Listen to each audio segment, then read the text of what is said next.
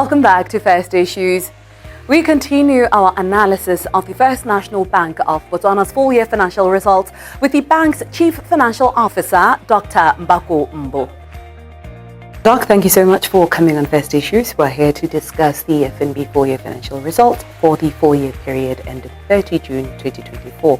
So please give us a brief overview of these very pleasing results. Thank you for having me. Yes, the results we just released sort of symbolic of what we call a broad-based growth. Broad-based growth in the sense that these results come from all segments. All segments are up. And all our key products are also up year on year. So when you look at the financial results themselves, income is up 21%. This is decently ahead of a 16% growth year on year on the cost side. Just diving into our income, our net interest income is up 36%. Driving this, a couple of things really combined to drive this 36% growth. I think the first thing is the volumes themselves. We had a decent momentum during 2024. As you may be aware, interest rates actually went down, but that impact was sort of offset by a growing customer advances book. That sort of assisted quite a lot in just driving the top line up. We also had a positive impairment outcome. So we came to market with a net release on our impairment. And obviously, I mean, when you compare this, this is a 50 million net release. And then when you compare this with what the position last year where we had a 90 million charge, you actually see that this has also contributed quite significantly to the year-on-year growth on the net interest income. Contributing to this net release is a number of things, but first of all, we've had a very good credit performance on our portfolio this year. We have had a very good collection trend, and a lot of other non-performing loans cured quite decently during the year. And we've also unwinded some of the risk positions that we have had, and all these things come together to result in a net release of 50 million for the year.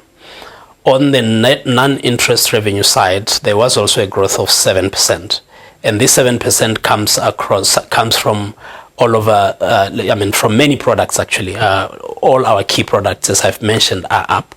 If you look at some of our flagship projects like e-wallet is up 15% year on year. We are also recording a decent run on our Cash Plus offering, which is, as we always say, Cash Plus is a very nice one because it also speaks to our shared value principles. We obviously, like any other financial institution, are very careful with our costs. So the 16% double-digit growth, it's like I mentioned, it's really lower than the growth in our expenses. I mean, in our income, which is always our target, really. So the areas there's very specific areas that drove this 16% growth. So the first one is that we've really allowed our employee costs to go up. They are actually leading the pack.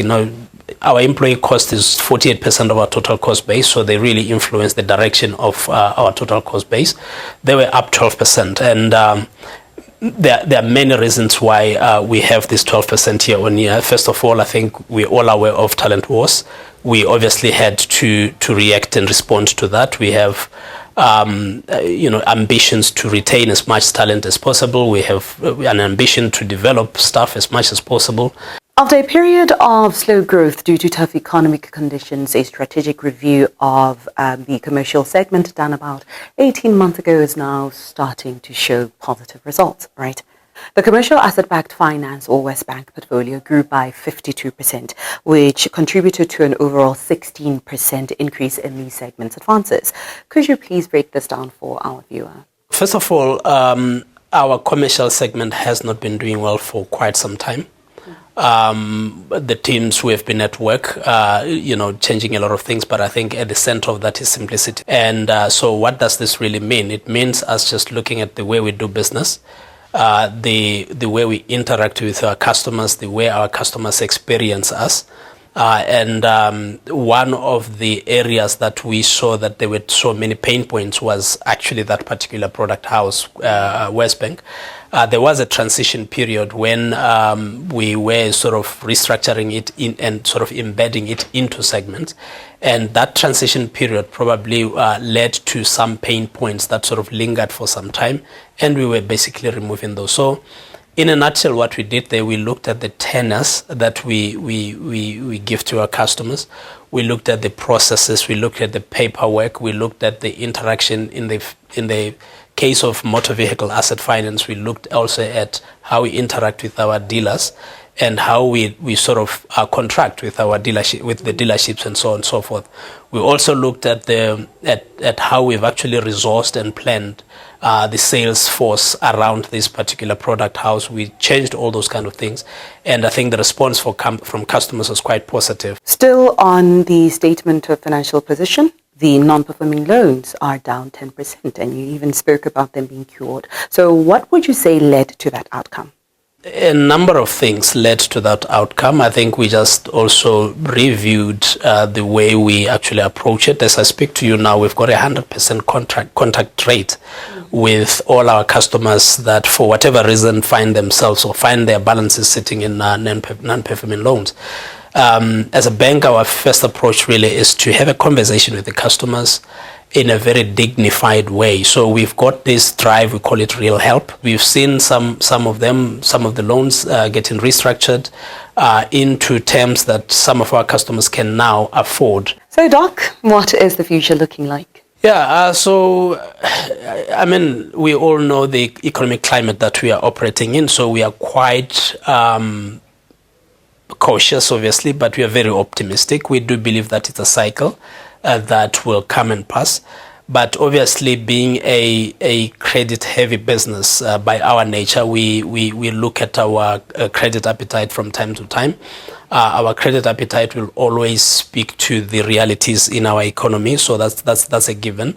So what does that mean? It actually means that they could be an impact on the growth rate. We still do expect ourselves to grow, the bank to grow, the customer advances to grow, but it could have a bearing on the rate at which we will be growing into 2025. And we also do believe that the business generally is well provisioned to take in some losses. So we're not too concerned, and we won't be too conservative. We will obviously be looking at all those things as the picture unfolds.